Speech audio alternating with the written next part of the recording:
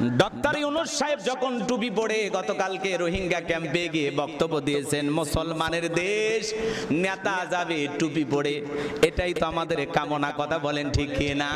এমন নেতা পাইছি টুপি পরে জনসম্মুখে হাজির হয়ে যায়। উনি আবার মাঝে মাঝে আলহামদুলিল্লাহ, ইনশাল্লাহ যখন বলে ভালো লাগে। নেতার মুখ দিয়ে আল্লাহর প্রশংসা শুনলে পুরো জাতিরই মানুষ উপকৃত হয়, আনন্দিত হয়। কথা বলেন ঠিক কি না? ডক্টর ইউনূস সাহেবকে আল্লাহ হায়াতে তৈয়বা সিয়াতে কুল্লিয়া দান করেন, জোরে বলুন আমিন।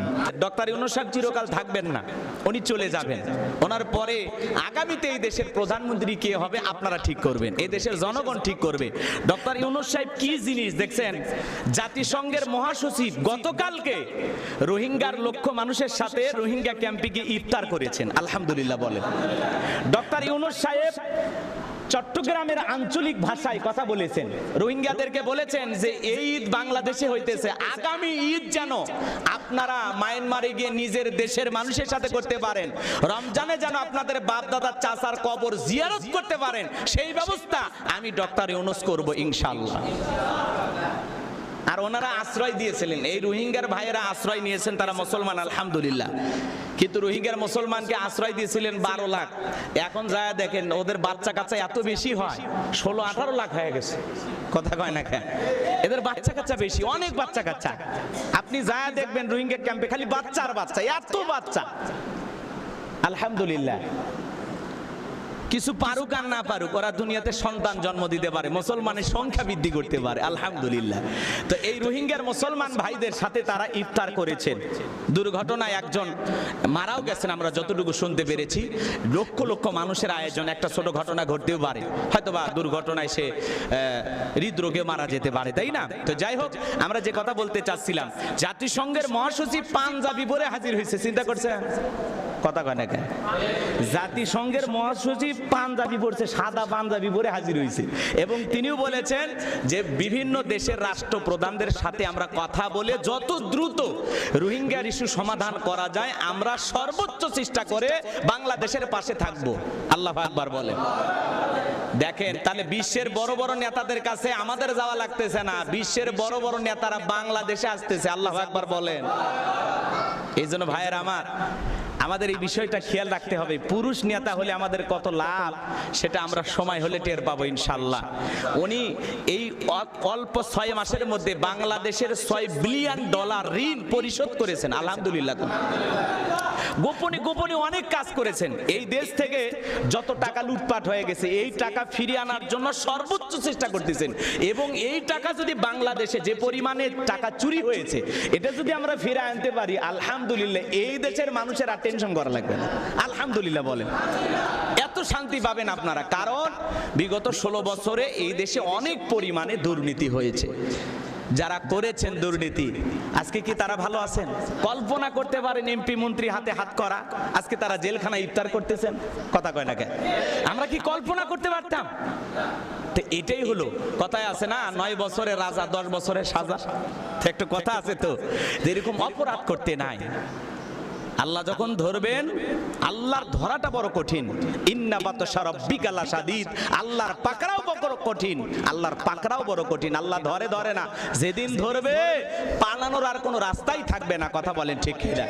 তো সম্মানিত হাজিরিন, আমি যে কথা বলতে চাচ্ছিলাম, ডক্টর ইউনূস সাহেব যখন টুপি পরে গতকালকে রোহিঙ্গা ক্যাম্পে গিয়ে বক্তব্য দিয়েছেন, মুসলমানের দেশ, নেতা যাবে টুপি পরে, এটাই তো আমাদের কামনা। কথা বলেন ঠিক কিনা? এমন নেতা পাইছি টুপি পরে জনসম্মুখে হাজির হয়ে যায়। উনি আবার মাঝে মাঝে আলহামদুলিল্লাহ, ইনশাল্লাহ যখন বলে ভালো লাগে। নেতার মুখ দিয়ে আল্লাহর প্রশংসা শুনলে পুরো জাতিরই মানুষ উপকৃত হয়, আনন্দিত হয়। কথা বলেন ঠিক কিনা? ডক্টর ইউনূস সাহেবকে আল্লাহ হায়াতে তৈয়বা সিয়াতে কুল্লিয়া দান করেন, জোরে বলুন আমিন। আরেকটু জোরে বলুন আমিন। উনি থাকাতে এই দেশের মানুষ বর্তমানে যে অবস্থায় আছে, বিশ্বাস করেন, বিপদে পড়লে আমরা যেরকম দোয়া ইউনূস পড়ি, বিপদে পড়লে দোয়া ইউনূস পড়ি না, লা ইলাহা ইল্লা আনতা সুবহানাকা ইন্নী কুনতু মিনাজ জালিমিন। বাংলাদেশ যখন বিপদে পড়েছিল, উনি এসে যদি হালটা না ধরতো, এই দেশের অবস্থা খুবই ভয়াবহ হইতো, খুবই ভয়াবহ হইতো। উনি হাল ধরাতেও যে খুব বেশি কন্ট্রোলে আছে তা না, চাঁদাবাজি, টেন্ডারবাজি, খুন, ধর্ষণ এগুলো লেগে আছে, চুরি ডাকাতি লেগে আছে না, আরো বেশি বেশি হইতো, একেবারে ব্যাপক হারে হইতো অন্য কেউ হাল ধরলে, কিন্তু উনি ধরাতে কিছুটা কন্ট্রোলে। এগুলো হয় লোক দেখানোর জন্য, যাকাত লোক দেখানোর জন্য হয়, দান লোক দেখানোর জন্য হয়, নামাজ লোক দেখানোর জন্য হয়, কিন্তু রমজানের সিয়াম রোজা এটা লোক দেখানোর জন্য নয়। কোনো মানুষ সকাল থেকে সন্ধ্যা পর্যন্ত না খায়া থাকবে মানুষকে দেখানোর জন্য, এটা পাগলও করবে না।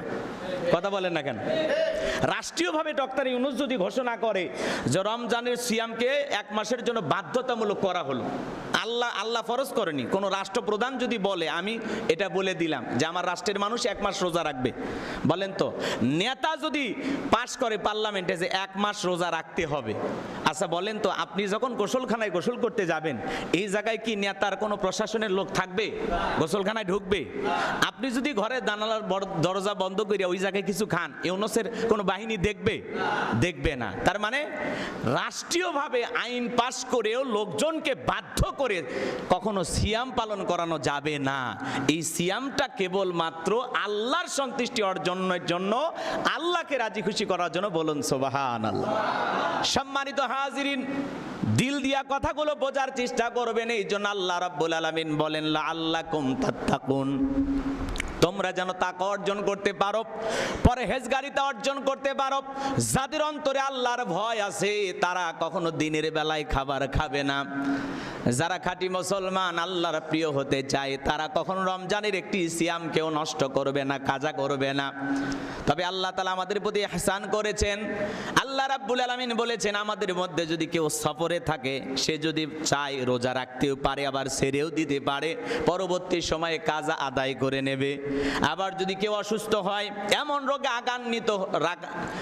রোগে আক্রান্ত হয়ে যায়, তার পক্ষে সিয়াম পালন করা কোনো মতেই সম্ভব নয়, আল্লাহ তাকেও ছাড় দিয়েছেন। সে চাইলে সে সমস্ত যে কয়টা দিন অসুস্থ থাকলো রোজা রাখবে না, পরবর্তী সময়ের কাজা আদায় করে নেবে। কিন্তু আল্লাহ রাব্বুল আলামিন যাদেরকে সুস্থ, যারা বালেগ, তাদের উপরে সিয়ামকে ফরজ করে দিয়েছেন। এই রমজান মাসেও যারা হেলাই খেলায় রোজাগুলো নষ্ট করে দেয়, বলে ভাই কর্মব্যস্ততা আছে, এই কাজ সেই কাজ আছে, নানান অজুহাতে রোজাগুলো নষ্ট করে দেয়। রমজান মাসে অনেক মানুষ বলে ভাই পেটের ভিতরে প্রচণ্ড গ্যাসের কারণে আমি রোজা থাকতে পারি না, আমার অনেক সমস্যা হয়। অনেকে আবার বলে না খায়া থাকা আমার পক্ষে সম্ভব নয়।